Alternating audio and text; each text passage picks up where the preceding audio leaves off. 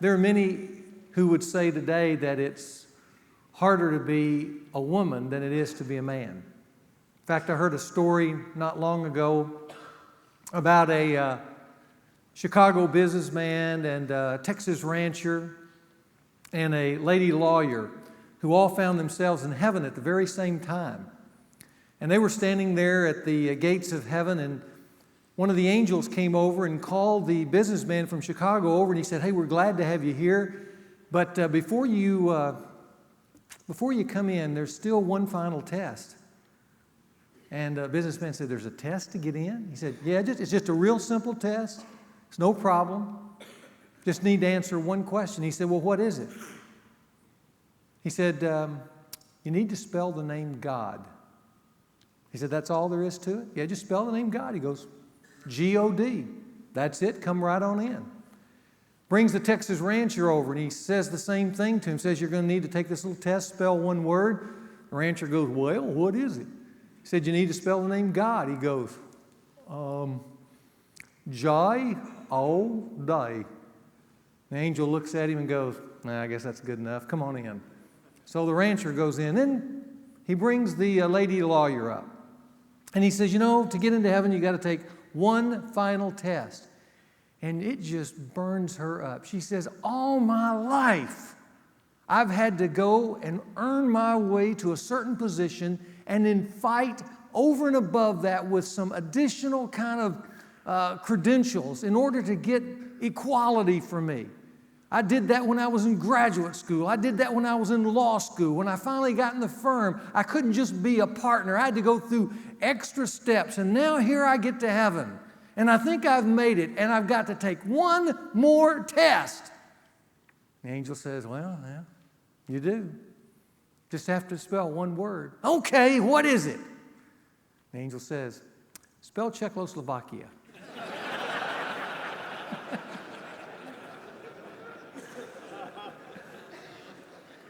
Well, the truth is there are greater challenges than spelling Czechoslovakia for a young girl who's growing up today in the 21st century.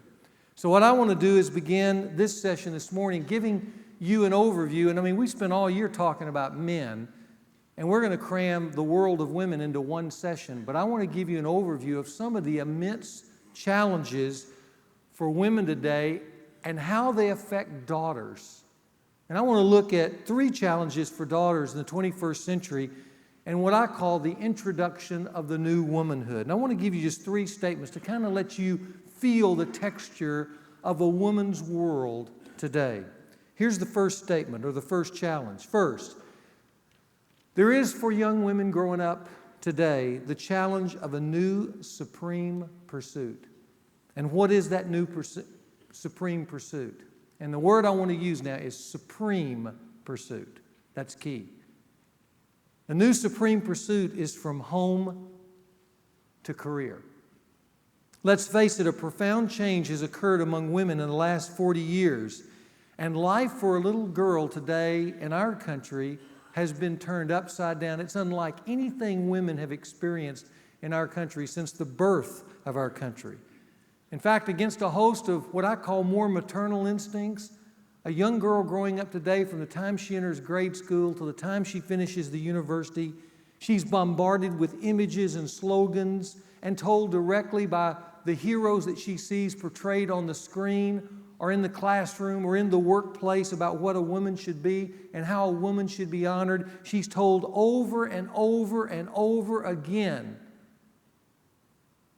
that a career is everything. It's become the new supreme pursuit. It's the ultimate adventure for a young woman. It's the self-fulfilling goal that every woman should have for herself. Now, that has redefined how a little girl thinks of herself growing up.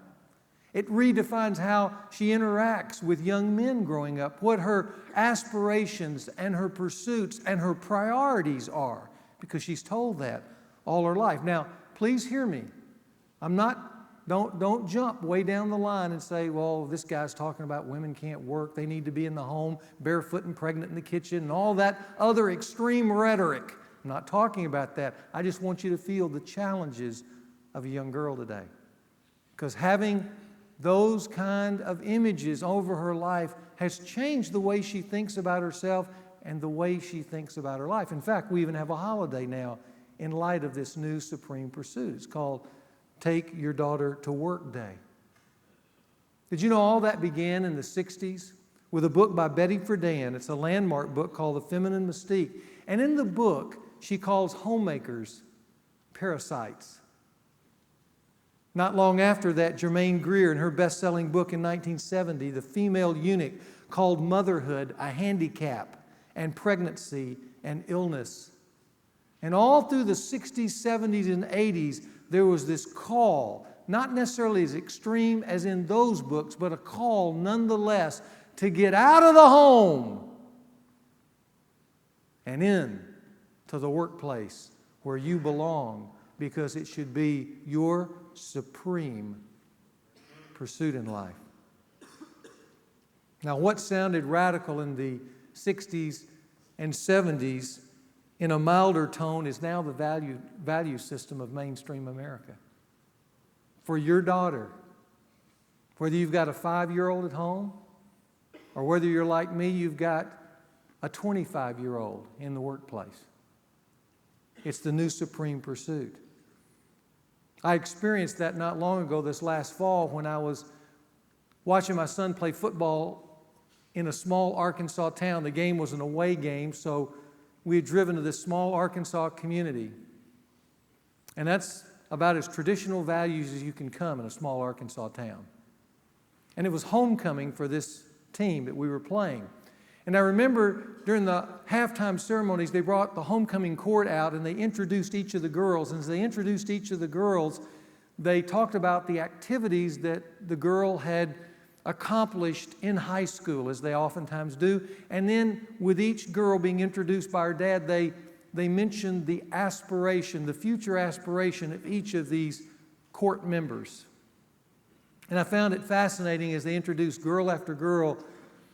They said, and Betty aspires to be a doctor, or a veterinarian, or a therapist, or a social worker, or a lawyer.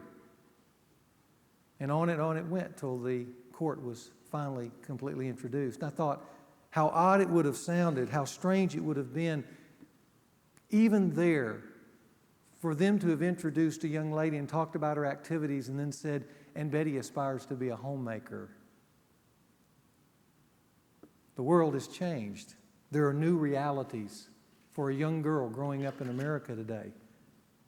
The supreme pursuit of a career is pressed over her life, and it's going to be a great challenge to how you and I raise daughters and how we raise them to think about themselves and to think about their priorities in light of the new realities that we live in.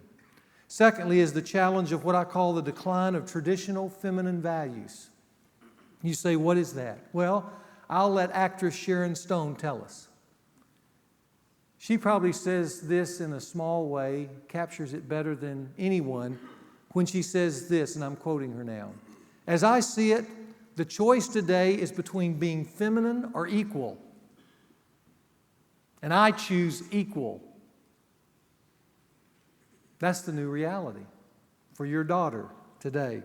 One generation ago, if you asked someone to define feminine, you would have heard words like soft, virtuous, responsive, nurturing.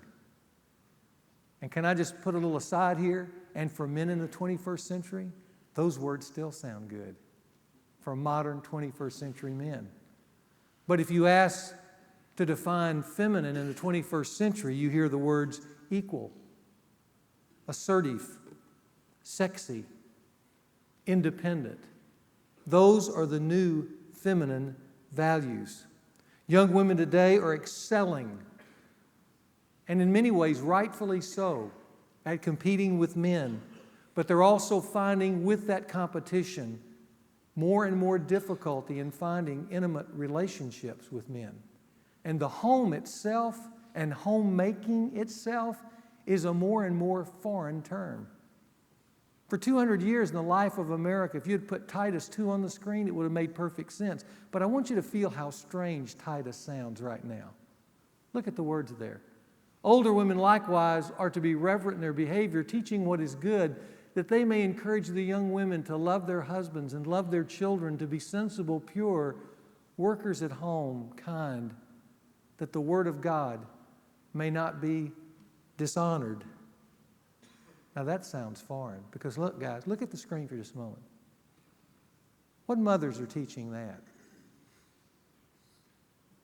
What dads are emphasizing that? It sounds foreign.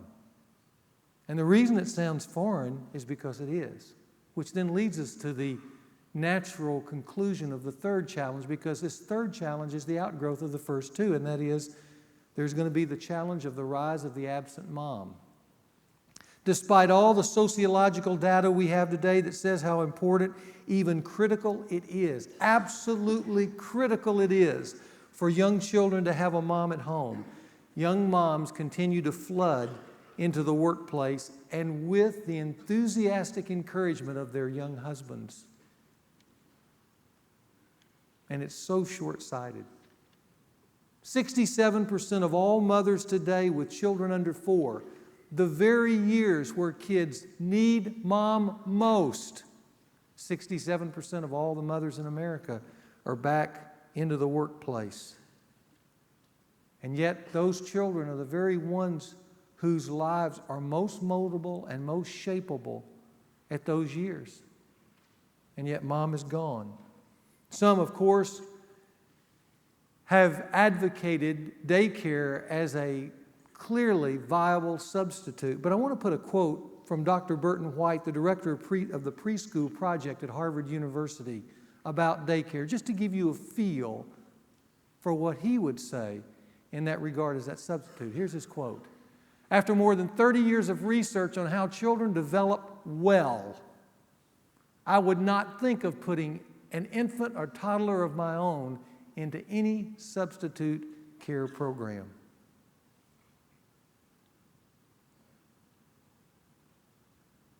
Now, it all depends on what you want, and what you're trying to produce, and what your priorities are, and what your values are. We live in a world that we simply are sheep who follow the standard program. I called it earlier conventional manhood. But we're not here to talk about conventional manhood. We're here to talk about the quest for authentic manhood. And it will go a little bit against the grain because its priorities and values are different. And a dad needs to understand what pressures and issues his daughter and his wife is under, and what he really wants to see accomplished in his home with his wife.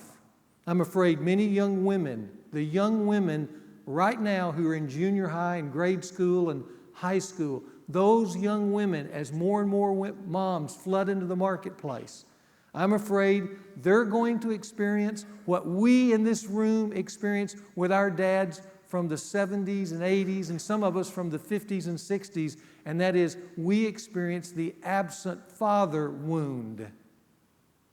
And you're going to have many, many young women who are going to grow up in the year 2040 and 2050, and they're going to sit in a room confused, wounded, with no maternal instincts and fears of home and children as they recklessly pursued at all cost this new supreme pursuit. And you know who they're going to blame? The mom who wasn't there. That's who they're going to blame. Let me read to you an article entitled, "I Met Your Child Today." It's from one mom to another. She writes this: "Dear career mom, you don't know me, I'm just another mother. But I wanted to let you know I met your child today. I was on an outing to the park with my own children when I met her. She's a beautiful little girl, obviously lacking for nothing materially. Her baby designer clothes looked so cute as she toddled along with the bigger kids. The new van parked at the curb in the abundance of workers indicated that this must be what is referred to as quality childcare. The several workers you pay to care for her were grouped together, smoking, talking, and occasionally yelling in the general direction of the constant bedlam on the playground. Your child seemed polite and well-behaved, as I'm sure you've taught her to be. But what captured my attention was the pleading in her big round eyes as she made her way up to me, a complete stranger, and asked timidly, "Can you watch me?" And her pleas for attention kept coming as I sat there with an eye on my own 2 children. "Watch me do this. Could you push me? Can I sit by you?" The hunger etched on her face for special attention was so painful to see, it broke my heart. I wanted to scoop her up, hug her, and tell her she was special, but of course, the 5-minute overtures of a stranger could never replace the fact that all day, every day, she is no one's number one girl. Only 3 or 4 years old, and already her world is an institution, however learning-centered and high-class it may be. And she is not unique by any means. The eager glances my way from the other little faces were just as painful. Your child just happened to get to me first. I was clearly not the first stranger she's reached out to, nor will I be the last. Fortunately, I was a caring mom. I don't know her family situation or the myriad of reasons why you, her mother, must leave her each day. It really doesn't matter to me or to her. She's too little to understand yet about quality time or future college expenses. She probably doesn't even care if she's wearing expensive or thrift store clothes. She only knows she needs some snuggling and someone to watch her tricks on the swing as if she were the only child at the park. So from one mommy to another, I just thought you'd like to know. I met your child today.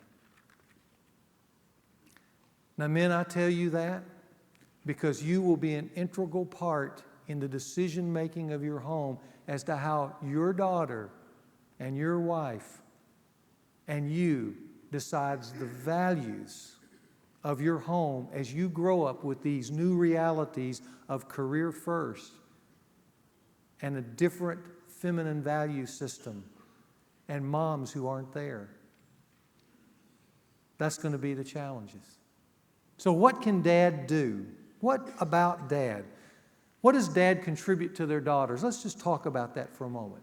You know, according to a major research study, if dad is present in his home, if he's loving his children and his wife, if there's an emotional connection, a warm sense of bondedness between father and daughter, if they're strongly connected, in other words, if he's there, he empowers his daughter in 3 significant ways, according to this research study. Here's the first. First, those daughters become very secure in their identity as women. The number one man in their life growing up, by the way he interacts with her and with the most important woman in her life, his wife, makes this young daughter feel good about being feminine. That's where she develops her feminine instincts. It's in relationship and off of dad. Remember, a few weeks back, I read you the article that dad is destiny. It is dad who is the key, scientists say, to the femininity or the lack of it in daughters, and how he interacts or doesn't interact with this young creature growing up around him. But if he does it well, if he connects well, if there's a heart bondedness, if there's a sense of integrity in that home, in the way he loves and responds not just to her but to his wife, then these little girls become secure in their identity as women later on. They feel good about themselves. Secondly, if dad's there, they can easily relate to the opposite sex. And of course, that seems real obvious, doesn't it? These daughters have little problems loving later and supporting later and complimenting later their boyfriends and or their husbands because of how they related to dad growing up. It's just a natural thing. They just continue to do what they've already learned to do in those formative years. Third, according to the research, later on after they're married, they have a highly fulfilling sex life with their husbands. You say, why is that? Because sex for a woman is directly related to trust and admiration of a man. And if they learn to trust and admire a man at home with dad, then when they meet a man they can admire and trust, there's just a natural bondedness that occurs that's so easy that then gets expressed in the physical life between the two that becomes not only fulfilling for her, but fulfilling to the man that she married. That's what the research says. On the other hand, if dad has not been there, if he's not been involved emotionally with his daughter, he's not supportive or stable, if he's been absent or worse, if he's been abusive, as some men are, with little or no clue about relationships between fathers and daughters, then the research says one of two things happens, and it gets expressed later on in that daughter's life in adulthood. First, these daughters either develop personalities that are insecure and anxious and have difficulty in forming healthy relationships with men later on. They're either like that. So relational connections is always a fight. And it's kind of like they want it and they don't at the same time. And you as a young man enter into that and it feels strange and disconnected and you're wondering what's going on. And you don't realize, just as we talked about what happens to men, that what you're experiencing there has roots all the way back to dad. Either she experiences that or those same young women become inappropriately self-assertive because of fending themselves off with dad or fighting against dad. They become angry or promiscuous. Some hating men because of what dad did to them. And by the way, you probably won't do this, but if you ever went back and read the life stories of the radical feminists of the 60s, there is one common theme in every one of those women's lives. They all had abusive dads. Every one of them. So they either grow up in a home where if dad's not there, he's been abusive, they either grow up hating men and then they rail and then they want to make that social policy for the whole world.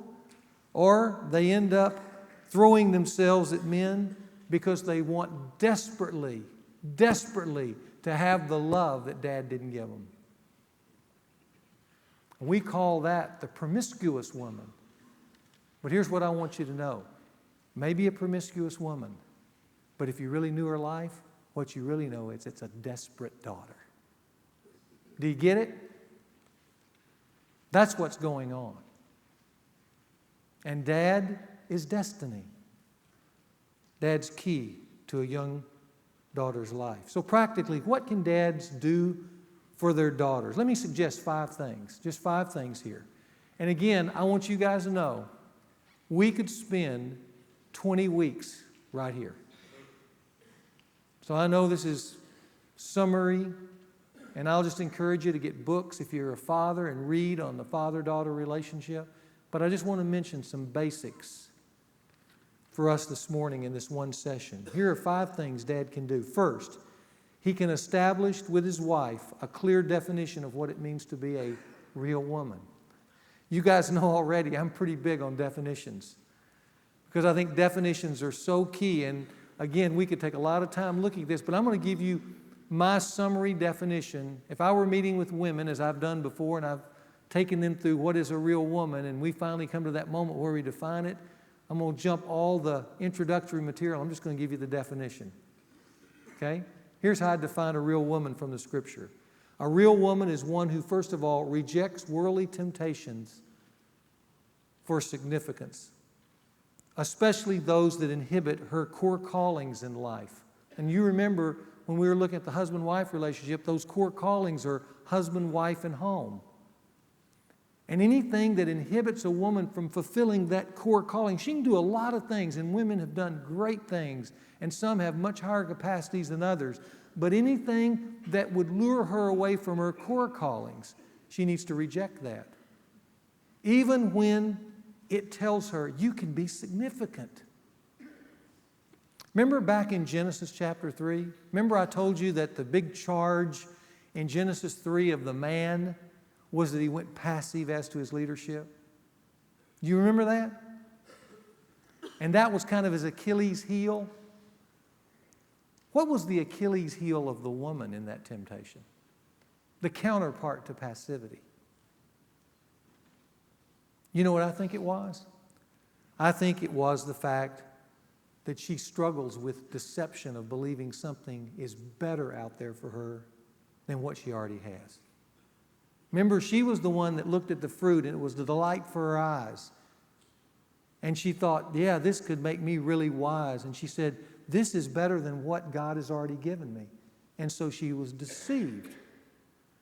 And I think one of the hard struggles of women growing up today, especially a young woman, is they are constantly being offered a better life out somewhere else than what they already have.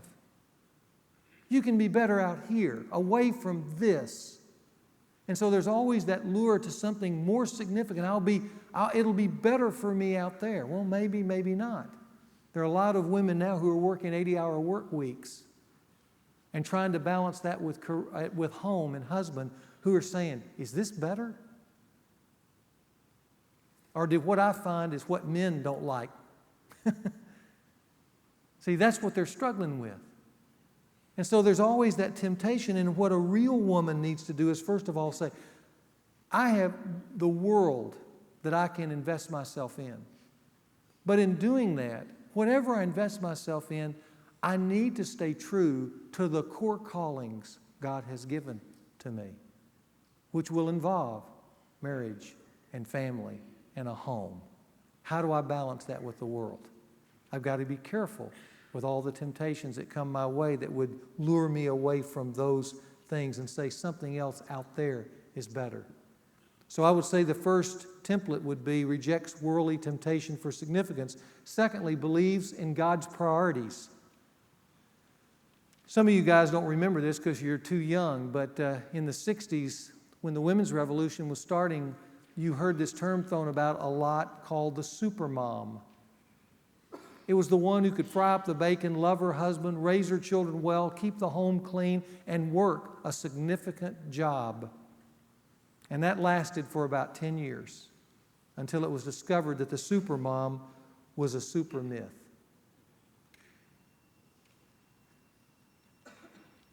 And you know, that's been the issue all throughout the generations. Can I take you back to Titus? I want to show you one of